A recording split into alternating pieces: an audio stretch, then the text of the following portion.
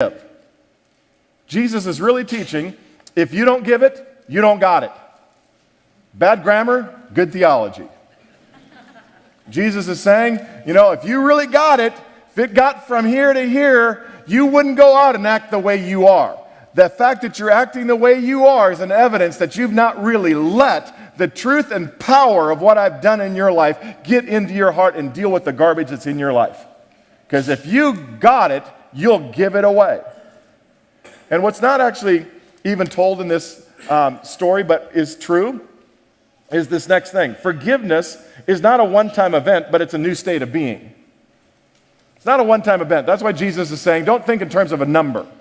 Okay, like you're not counting how many times you forgive somebody. You're just standing in a new state. You're standing in a new way of thinking. And this is what the story here doesn't illustrate. Every one of Jesus' story oftentimes just illustrates a slice of the gospel. So this slice of the gospel is there was a debt that you've been freed from. But the rest of the gospel says it's not just that. Salvation isn't just God having pity on you and forgiving you of your sin. Salvation is better than just forgiveness. Salvation is empowerment. Salvation is changing you from the inside out. You don't have to behave the same way. You went into the king's court with one reality, but you came out of the king's court with a different reality. You didn't just get forgiven, you got changed in Jesus' name. We no longer have the same identity. We just have to believe this. My friends, forgiveness is our true state. That's our true state. Unforgiveness is not natural for a Christian. The true state of a Christian is to live on a perpetual platform of the grace of God. Live in that state the rest of your life. That's our natural state as a Christian, not unforgiveness. Forgiveness is.